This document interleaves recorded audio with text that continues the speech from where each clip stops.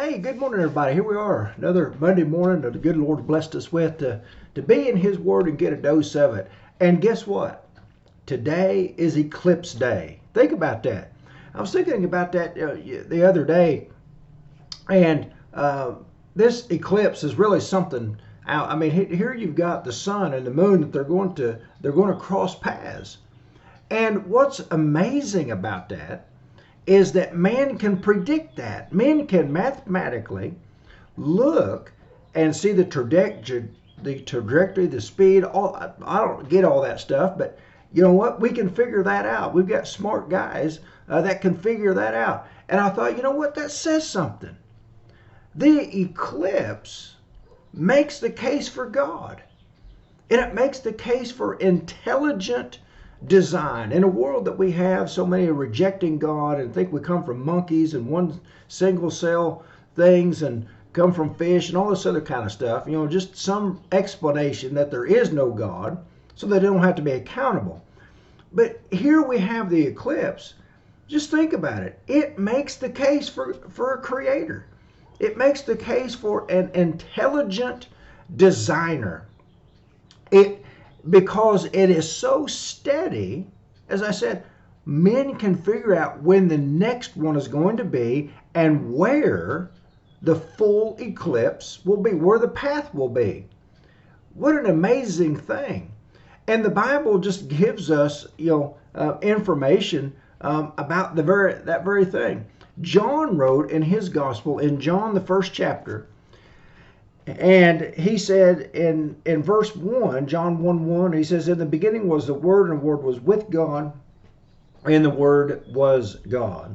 The same was in the beginning with God. All things were made by Him, and without Him was not anything made that was made." Think about this. This Jesus that went into the grave and was resurrected. You know, people scoff about the resurrection of Christ. But, there's plenty of evidence that that was the case. Think about this. We have men that gave up their lives going around saying that they saw Jesus Christ resurrected from the dead. They're not going to do that over a lie. Not eyewitnesses. Eyewitnesses, first-hand account, they're not going to do that.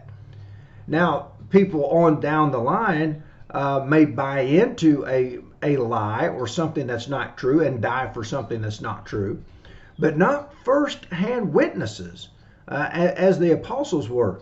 And also with that, the women that saw Jesus on the first day of the week, Mary Magdalene, back in that day, the testimony of a woman was worthless. It was dirt. All right? But here we have the inspired writers. They're saying, hey, we didn't believe it, but here's the women they saw, and we didn't believe them. They're not going to make themselves look bad over a lie. Nobody in their right mind is going to do that. And so here we have this Jesus that was resurrected from the dead. The Bible is telling us that everything that was made, He made it.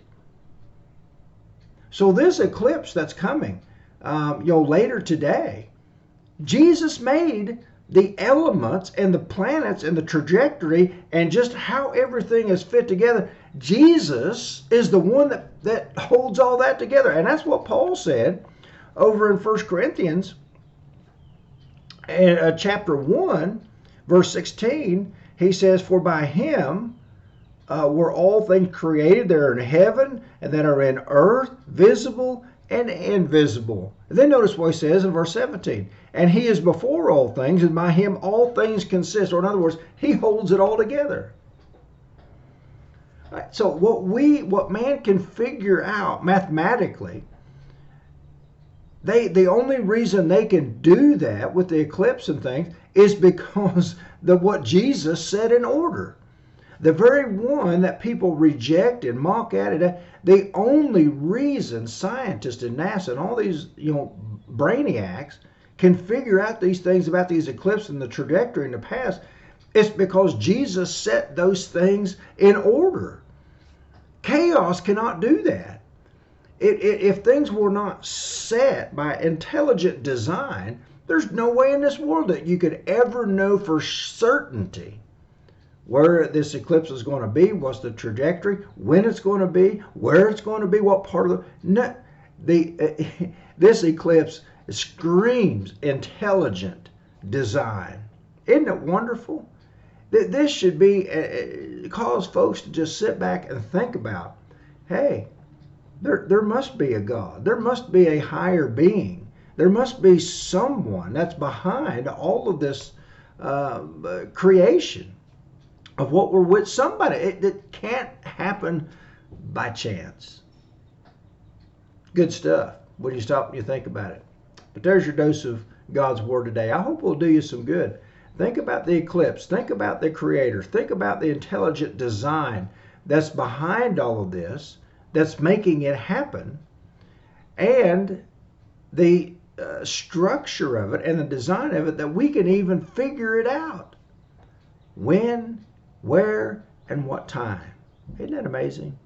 Hey, there's your dose of God's Word. I hope it'll do you some good. Lord willing, we'll get back tomorrow and we'll get us another dose of God's Word. We'll see you then. All have a great day.